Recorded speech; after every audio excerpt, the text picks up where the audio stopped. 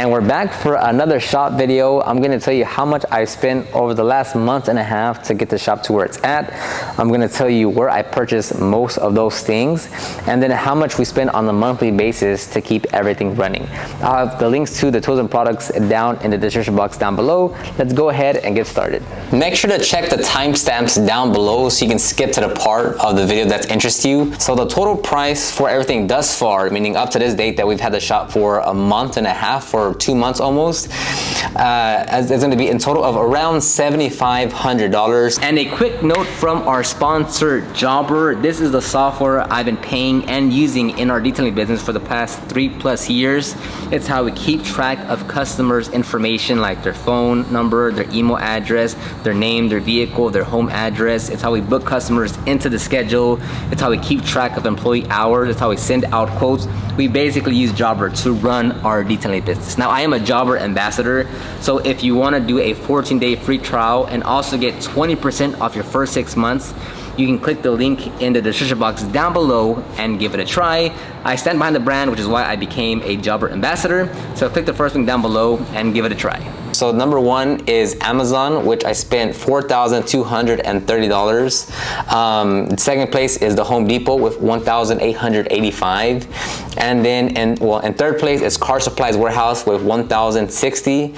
And then B&H Photo and Video, which is just like it's a camera and audio gear place. That was $330. So in total, it's around $7,500, but most likely it is more expensive.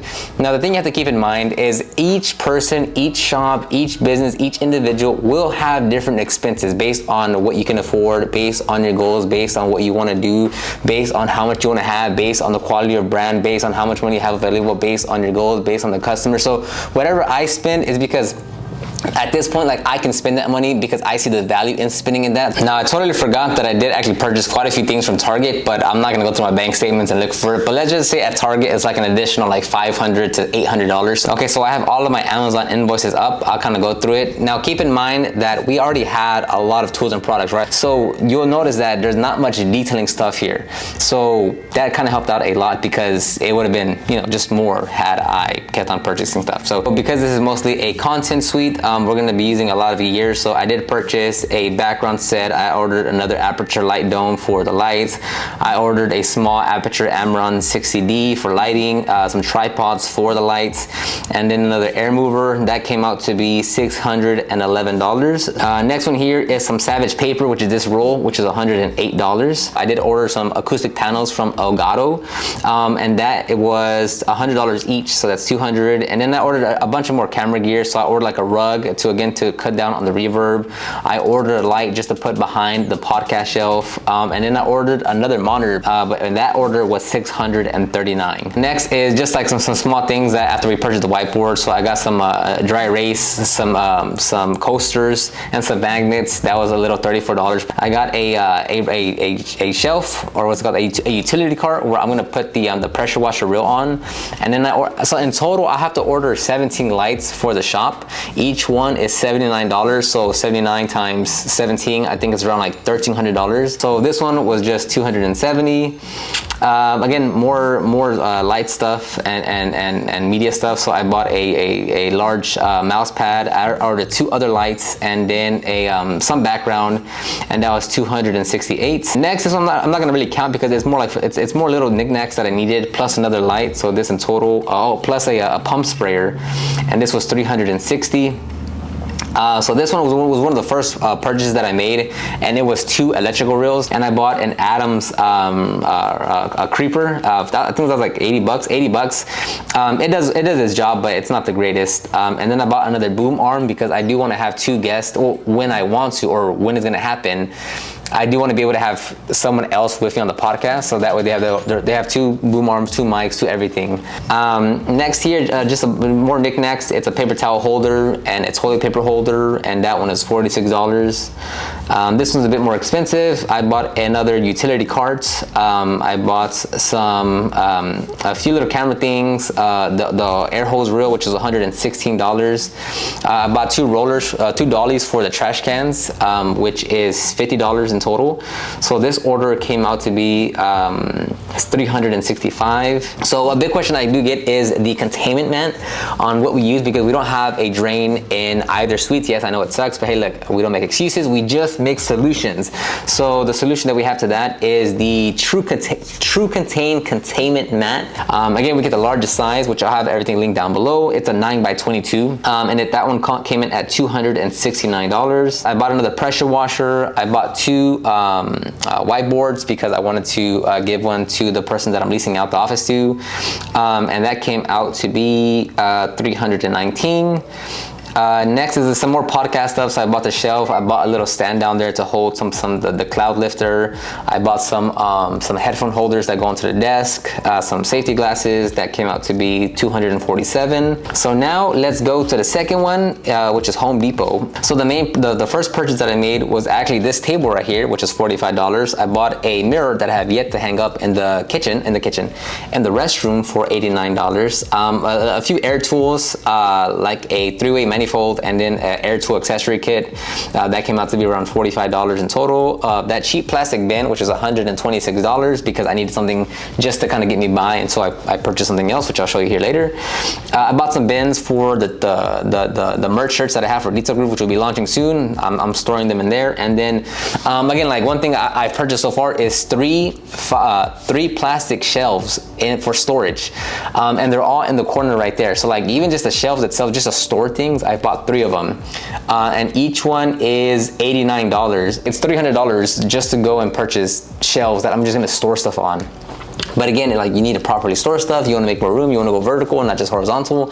So it's like, yeah, you need those. So this one in total was $535. This is the biggest order right here, and it was 2 items. I actually bought the Husky regular duty shelves, which is like the one that you would see like from New Age or stuff like that, where it's like the modular shelves. I bought 2 of those. I bought a large one and then a small one. I'm gonna just leave it at that. And the large one was $600, and then the small one was $379. So in total, that came out to be $1,253. And then the last order that I placed, it was just a utility knife, a tip screwdriver, and then some blades. That was only $113. And then let's go to Car Supplies Warehouse now, where I placed 2 orders from them. Again, I'll have everything linked down below.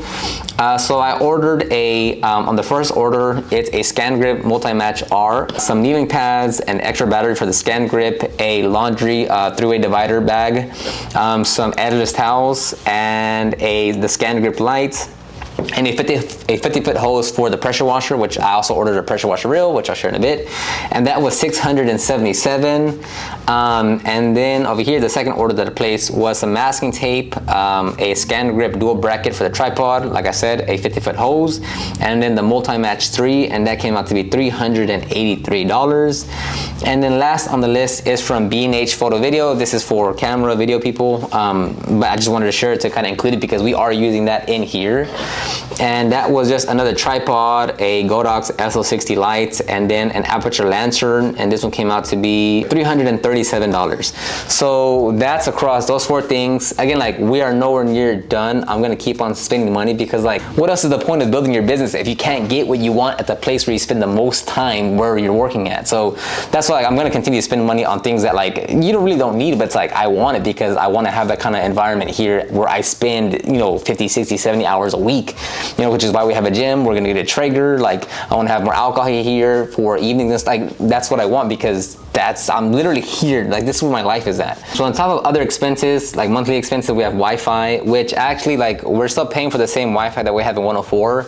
The only difference is we added I think it's called like an extender or whatever, just to make it hop over to the other side, and that was just an additional $10. So in total, I think it's like maybe like $90 or $100 for Wi-Fi, which is great. Next is rent. So rent in total for here for Suite 105 is $3,300. Now, if you've seen the other videos that I have, I actually lease out out the other office that's here for $700. So if we're looking at it just for Suite 105, it's $3,300. But if you subtract $700 because someone pays for that, then you know what we pay for is $2,600, which again, like, is not a bad deal. But is it worth it? Is it worth spending this much money in order to make YouTube videos and make a podcast and to shoot content? And again, it's gonna come down to like what your goals are and what you want to accomplish and what your ambitions are. Even with that being said, like, if you know what you want to do, if you know the goals, if you know where you want to go, like, you know, you have a clear vision of the decisions you need to make. So for me, yes, like it's worth it to have the space just to shoot content. And yes, we still bring cars in here for detailing, but like my goal is like, this is primarily content. So that's how I primarily see it. I'm not seeing it as like, oh, we have to bring cars over here so we can like make money and pay for the shop. That's not how I'm looking at it, because I want to produce more content. I want to do in-person trainings. When we get the products in for Proper Care, when we start doing more merch launches, then we just need more space to hold the inventory. So like in my head, per what I want to do, right, with the Proper Care products, with the Detail Groove merch, with the in-person trainings, with the, you know, launching SEO for detailers more frequently, with like all that being said, like I'd like to outgrow this place in less than a year, right? And at this point now, it should be like 10 months that I want to be like, okay, this is too small now. We have too much inventory.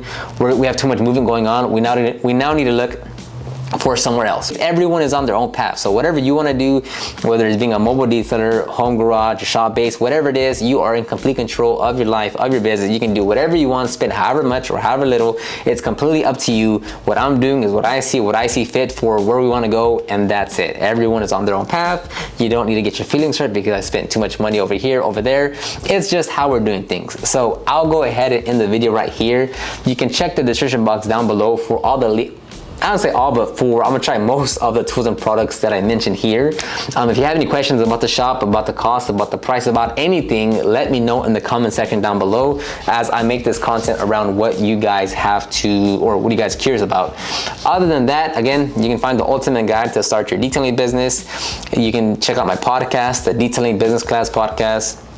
Or you can find my other YouTube channel, the Proper Care channel, where I talk and teach everything detailing related. This was a long video. I'll have Alex edit it down pretty well to like maybe 15 minutes, and I'll talk to everyone on the next one. Bye-bye.